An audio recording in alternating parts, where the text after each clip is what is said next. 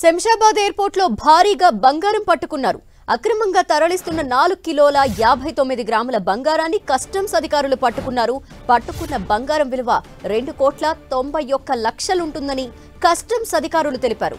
అక్రమంగా బంగారాన్ని తరలిస్తున్న 4 ప్రయాణికులను కస్టమ్స్ అధికారులు అరెస్టు చేసి దర్యాప్తు చేస్తున్నారు.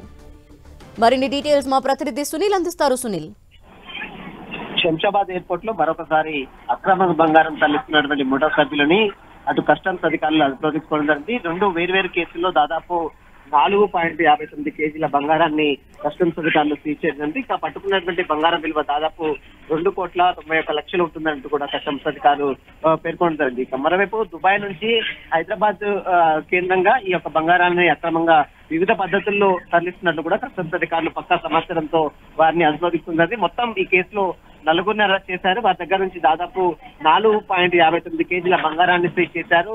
ఇక పట్టుకున్నటువంటి బంగారం విలువ బహిరంగ మార్కెట్ లో దాదాపు 2 కోట్ల పైనే ఉంటుందంటూ కూడా కస్టమ్స్ అధికారులు చెప్తున్నారు. ఇక అరెస్ట్ చేస్తున్నటువంటి వారందరినీ కూడా ప్రస్తుతం అయితే కస్టమ్స్ అధికారులు అదుపులో తీసుకొని ఇన్వెస్టిగేషన్ చేస్తున్న పరిస్థితి మాత్రం కనబడుతుంది. Okay, thank you Sunil.